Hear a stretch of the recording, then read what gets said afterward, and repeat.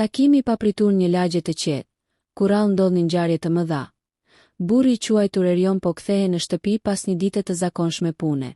Ishte një njeri i thjesht, i angazhuar në biznesin e tij të vogël, dhe jetonte vetëm, i mbyllur në rutinën e përditshme. Ai nuk e dinte që jeta e tij do të merrte një kthes dramatike brenda pak orësh. Ajo natë ishte e ftohtë, dhe hapat e tij mbi trotuarin e lagur tingëllonin në mënyrë të pazakontë. Ndërsa po afrohej pranë derës së tij, ai pa një figurë të vogël që dukej e humbur, ulur në një cep. Ishte një vajzë e re, rreth 11 vjeç, me sy të mëdhenj dhe të trishtuar, që e shikonte botën me një kombinim frike dhe kurioziteti. Erion i ndaloi dhe e pyeti me butësi. Je humbur, vajza ngriti kokën, por nuk foli. Shikimi i saj kishte një intensitet që Erioni nuk e kishte parë kurrë më parë. Ishte diçka më shumë se frika e një fëmije të humbur. Ishte një thellësi që tregonte një histori të madhe dhe të errët. Ai vendosi ta merrte me vete. Brenda pak minutash, ajo ishte brenda makinës së tij, dhe ai po përpiqej të fliste me të. Por fjalët nuk po dilnin. Vajza nga ana e saj nuk thoshte asgjë përveç një faleminderit të lehtë, por ajo kishte diçka në mënyrën se si e shikonte botën, diçka që Erioni nuk mund ta injoronte. Kur arritën në shtëpi, ai e çoi vajzën në dhomën e vogël të mysafirëve. Ajo rinte ulur në krevat, dhe Erioni vendosi të shikonte rreth saj. Ishte e pastër, e qetë, me një buzëqeshje të lehtë që vinte dhe zhdukej në mënyrë misterioze. Diçka në të tregonte se ajo nuk ishte një fëmijë i zakonshëm. Disa ditë më vonë, lajmet filluan të përhapeshin. Një vajzë e miliarderit shqiptar, e humbur që nga viti 2010, ishte zhdukur dhe nuk ishte asnjë shenjë prej saj. Kur policia publikoi pamjen e saj të fundit, Erioni mbeti i shtangur. Ishte e njëjta vajzë që kishte marrë në shtëpi. Zemra e tij rrihte me shpejtësi. Ai e dinte që kjo nuk ishte një ngjarje e zakonshme. Kjo ishte një histori që do të ndryshonte jetën e tij përgjithmonë. Zbulimi së vërtetë se Erioni nuk mund ta besonte atë që po ndodhte. Vajza që kishte marrë pa e njohur, kishte një të kaluar misterioze dhe të dhimbshme. Dokumente që ai gjeti në rrjetet e lajmeve dhe arkivat e policisë treguan se ajo ishte vajza e një familje të pasur, e zhdukur mbi 15 vjet më parë. Ai filloi të mendoj për një mënyrë për ta ndihmuar atë, por frika e autoriteteve dhe të afërmve të saj ishte gjithmonë prezente. Vajza nuk fliste shumë, por shpesh shikonte fotografi të vjetra në internet dhe ndonjëherë çam pa zë. Ajo kishte kujtime të fëmijërisë që askush tjetër nuk mund t'i kuptonte dhe që vetëm Erioni po përpiqej të respektonte. Një natë, ndërsa ulëm pranë sobës, ajo më në fund foli. Unë nuk kam kujtime të mia ose nuk e di kush jam. Erioni e mbajti dorën dhe i tha, nuk je vetëm. Unë do të jem këtu. Por ai nuk mund të imagjinonte se pas këtij momenti të qetë, rreziku dhe intriga që e kishin ndjekur për vite të tëra do të vinin drejt derës së tij. Hapat e parë drejt ardhmesditët kalonin, dhe Erioni filloi të ndërtonte një lidhje të veçantë me vajzën. Ai e mësonte për botën e saj të humbur, ndërsa ajo mësonte të besonte te dikush pas kaq shumë viteve vetmie. Por gjithçka që po ndodhte nuk ishte pa rreziqe. Media filloi të ndjek historinë, dhe disa njerëz me interesa të errta në të kaluarën e vajzës filluan të afrohen. Erioni e dinte që çdo hap që do të bënin do të duhej të ishte i matur dhe i kujdesshëm. Ai vendosi të krijojë një plan për të mbrojtur atë, por brenda tij ndihej një tension i vazhdueshëm. Kushdo që e dinte se ajo ishte gjallë, mund të kishte motivet e veta për ta kontrolluar ose shfrytëzuar. Megjithatë, pavarësisht sfidave dhe misterit që e rrethonte vajzën, Erioni filloi të kuptonte një gjë. Kjo nuk ishte vetëm një histori për të shpëtuar një fëmijë të humbur. Ishte fillimi i një udhëtimi që do të zbulonte sekrete të fshehura, tradhti të vjetra dhe një të ardhme që askush nuk mund ta parashikonte. Errësira e së kaluar ditët pas takimit të papritur ishin të mbushura me një kombinim frike dhe kujdesi. Erioni e kishte vendosur vajzën, të cilën kishte filluar ta thërriste Nora, në një dhomë të ngrohtë, të sigurt, me libra dhe lodra të thjeshta që të kujtonin fëmijërinë. Por çdo gjë që Nora bënte, çdo heshtje e saj, tregonte se ajo ishte më ndërlikuar se sa mund ta perceptonte një njeri i zakonshëm. Nora nuk fliste shumë, dhe kur e bënte, zëri i saj ishte i butë, por i mbushur me kujtime të humbura dhe emocione që nuk mund të shpjegoheshin lehtë. Një ditë, ndërsa po shikonin fotografit të vjetra të qytetit, ajo papritmas ngriti kokën dhe pyeti. A ka njerëz që më kërkojnë? Erioni ndjeu një shtrëngim në zemër. Ai e di që po ndodhte më shumë se sa një fëmijë i humbur. Historia e saj kishte lidhje me intrigat dhe pasuritë e mëdha të familjes së saj.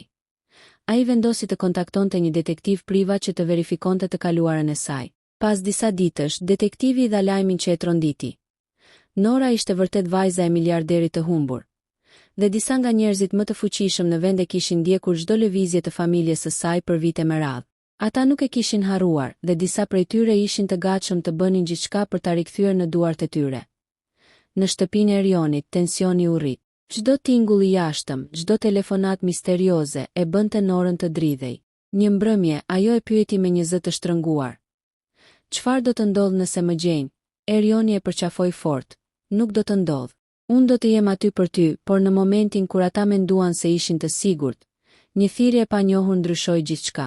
Një zë i ashpër dhe mekanik në telefon tha vetëm: "E dim se ku është. Mos bëni lëvizje të gabuara."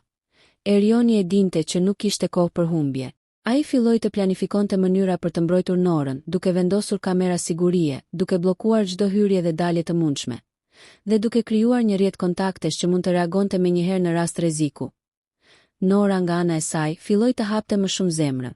Ajo tregoi kujtime të shpërndara nga fëmijëria, si ditët e lumtura me baban e saj para se ai të zhdukej, si edhe ndjenjat e brengosura për familjen e saj që nuk e gjeti më.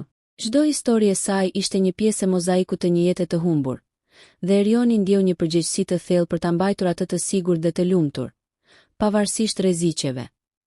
Një pasdite, ndërsa po shikonin arkivat e lajmeve të vjetra, ata gjetën një fotografi që ndryshoi gjithçka. Ishte një imazh një nate të errët, ku Nora ishte e vogël, duke qëndruar pranë një figure misterioze. Erioni e vërejti menjëherë. Figura nuk ishte një tjetër përveç njërit prej njerëzve më të fuqishëm që kishin interesa financiare në pasurinë e familjes së saj. Ky zbulim nxiti frikën dhe vendosmërinë në të njëjtën kohë.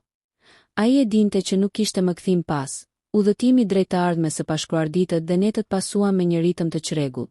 Erioni mësoi të kuptojë emocionet e Norës pa fjalë. Një shikim i saj mund të tregonte më shumë se sa 1000 fjalë. Dhe Nora, në mënyrën e saj të heshtur, mësoi të besonte te dikush tjetër për herë të parë pas shumë vitesh frike dhe vetmie. Por bota e jashtme nuk ishte heshtur. Një njeri i panjohur filloi të ndjek lëvizjet e tyre, duke lënë shenja që vetëm Erioni i vuri re. Një ditë, një pako u hodh në pragun e derës së tyre. Brenda ishte një letër e shkruar me shkrim të madh dhe të ashpër. Mos i beso askujt. Ata janë më afër se sa mendon. Tani, Erioni e kuptoi se mbrojtja e Norës nuk ishte vetëm një detyrë personale. Ishte një betejë me njerëz të fuqishëm që nuk do të ndaleshin para asgjëje.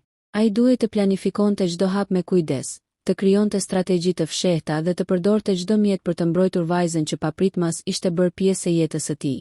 Përballja dhe zbulesaditët pas paralajmërimeve të anonimeve ishin të tensionuara dhe të pasigurta. Erioni nuk po flinte shumë. Çdo zhurmë e vogël në shtëpi e bënte të ngrinte shpejt dhe të kontrollonte gjithçka. Ai vendosi të merrte masa ekstreme. Kamera sigurie të fshehta, alarme që lidhnin të gjitha hyrjet e daljet, dhe një rrjet të vogël njerëzish besnik që mund të reagonte shpejt në rast rreziku. Nora nga ana e saj, po mësonte të bënte pjesën e saj në mbrojtje. Ajo nuk ishte më fëmijë i pafuqishëm. Pas viteve të vetmisë dhe frikës, brenda saj ishte lindur një forcë e brendshme. Kur Erioni e shikonte të qetë përballë sfidave të ditës, ndjente një krenari të panjohur më parë. Një pasdite, ndërsa po lexonin dokumentet e vjetra familjare, Erioni gjeti një ditar të fshehur të babait të Norës. Ai u hap me kujdes dhe zbuloi një rrjet të fshehtë marrëdhëniesh, marrëveshjesh të fshehta dhe konflikteve që kishin ndodhur në familjen e saj para se ajo të zhdukej. Çdo fjali, çdo shënim tregonte një histori të mbushur me tradhti, pasuri të mëdha dhe intrigë politike. Nora shikoi Erionin dhe pyeti me zë të dridhur: "A do t'i gjej ata që më lën të humbas?" Erioni e përqafoi: "Do t'i gjejmë së bashku. Dhe nuk do të lëm që të bëhet dëm." Por jo të gjithë njerëzit e fuqishëm ishin të gatshëm të qëndronin në hije. Një nga bashkëpunëtorët e familjes së Norës u përpoq të hynte në shtëpi, duke sjellë me vete kërcënime të drejtpërdrejta. Erioni dhe Nora ishin të përgatitur. Ata përdorën strategji të fshehta për të zbuluar planin e tij dhe për ta ndaluar përpara se të bënte ndonjë veprim të rrezikshëm. Kjo përballje ishte një moment vendimtar për Norën. Ajo kuptoi që kishte nevojë të përballej me të kaluarën e saj, jo vetëm për të shpëtuar veten, por edhe për të kuptuar se kush ishte. Me ndihmën e Erionit, ajo filloi të zbulonte lidhjet e fshehta të familjes, të kuptonte lojrat e pushtetit që kishin çuar në zhdukjen e saj dhe më e rëndësishmja, të pranonte se fuqia më e madhe që kishte ishte guximi për të besuar te dikush.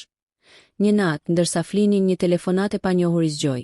Zëri në telefon ishte ai një personi të fuqishëm që kishte qenë pjesë e zhdukjes së saj. Më në fund ju gjetët, por a jeni gati të paguani çmimin?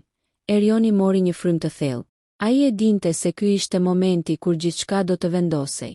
Ai mbrojti Norën dhe e çoi në një vend të sigurt për disa ditë, duke përdorur çdo mjet që kishte për të garantuar sigurinë e saj.